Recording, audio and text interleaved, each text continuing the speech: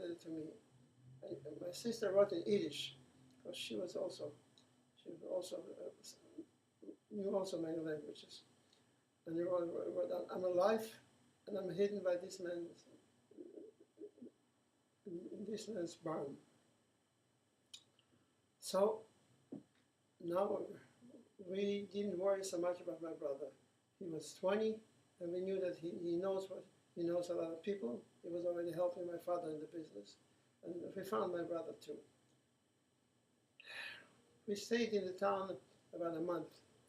And then one day they announced that all the Jews that came back, the survivors, will be taken to the ghetto outside to a different town. So we thought it was a trap.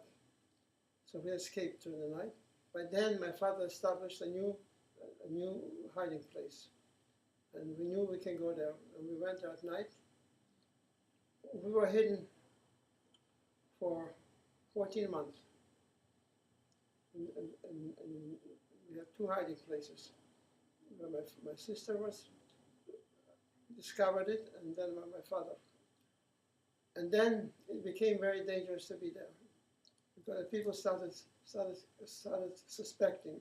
We had some clothes, we had some material for clothes. We gave it to the girls, and they shouldn't have worn it. They didn't have to wear it, but they did. So we had to leave. We found that my father found another hiding place for us. And then, after about 14 months, we were able to obtain weapons. Actually, I have to tell you what happened. On April 7, 1942, my cousin Dave Smoskowitz and myself were taking a bag of potatoes, a 100-kilogram bag of potatoes. On April 7th, there's still snow, in a sled, and we borrowed a horse and sled from this woman that we were hidden. And we're taking it to where at that time our family consisted of 8 people. It was originally 4. We brought out from the ghetto Dave's mother, my cousin Dave's mother, Dave's brother, and Dave's sister. And 8 of us became one family. So when they were hidden, there was very shortage of food. So we were taking it for them, the potatoes. And we had no experience. And we were stopped by one German policeman and 3 collaborators. Even though we had no experience, we had 2 weapons. I had a pistol with 3 bullets. My cousin had a sawed-off rifle with 6 bullets. The rifle was tested, we tested it. We did not test the pistol because we only had 3 bullets. In other words, we had 8 people, and we had 8 bullets left, 1 for each one of us. We vowed we will not be taken alive and tortured. If we can't escape, we knew who's going to shoot whom, and we're going to all commit suicide. Without experience, we crossed a main road. Later on, we would have stopped and listened, and we were stopped by the one German policeman and 3 collaborators. And they were taking us immediately, turned around, and we knew exactly where they'd taken us. On the way to the gravel pit, to the man's grave, we shot the policeman and we escaped. So now in the 14 months that we were hidden, we slowly obtained weapons for everyone except for Dave's mother. We had 6 rifles and 1 pistol. And by that time, a partisan brigade organized in our forest outside of our town, 10 kilometers away. We joined the partisan brigade Spartak, and we were another 14 months fighting. Now we joined a fighting unit. Dave and I and our 2 sisters were the first ones to join. Jews were accepted. We were lucky in that part of the country. However, they had to bring their own weapons. Jews were not accepted without bringing weapons. The non-Jews were accepted without weapons.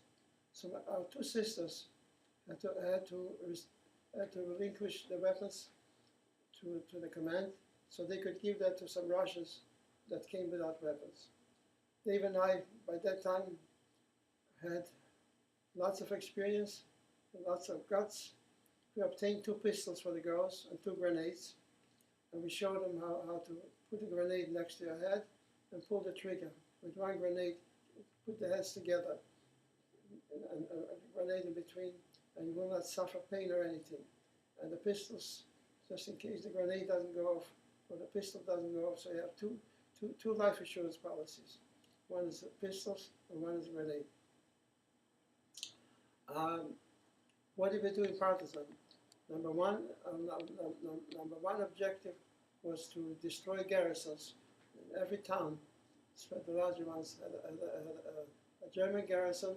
However, they were mostly manned by collaborator police, collaborators, local population, our friends, our former friends, our classmates. We blew up bridges, as many bridges as possible in town. We formed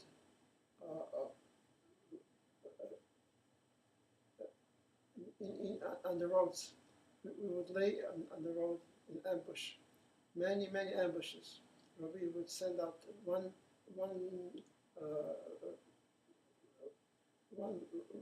unit, usually 10 men, to lay in ambush and just wait until they come and then open fire. Unless they were large amount, then we were hidden in the bushes. They couldn't see us. And we were liberated. And June of 1944, 1 year, actually 11 months before World War II ended. World War II ended with the unconditional surrender of Germany on May the 8th, 1945. And we were liberated in June, middle of June of 1944. And when I say liberated, it's not really the right word, because we had to capture three towns before the Red Army arrived, and we handed them over so we liberated ourselves. And we lost many men, no. What I failed to tell you is, what did the girls do? Our 2 sisters, first thing they were put in the kitchen, and second they were trained to be nurses. And most of the training obviously was to help the wounded, help evacuate the wounded, even carry a wounded during the heat of the battle. And they did their job very well, and they survived. And then, after liberation, I went to the army. And if you think partisan was bad, the army was worse, the Red Army at that time.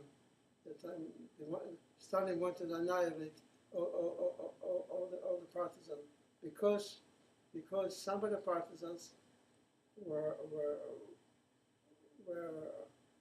organized from people that worked for the Germans first. Some of the police and I guess escaped into the forest and joined the partisans. So he didn't trust anybody. And we were sent on 100% dead. And 3 of us, myself, my cousin Muda, Sam, and our friend Zamke, we escaped. We came back home. And we stayed a year. In 1945, when the war ended,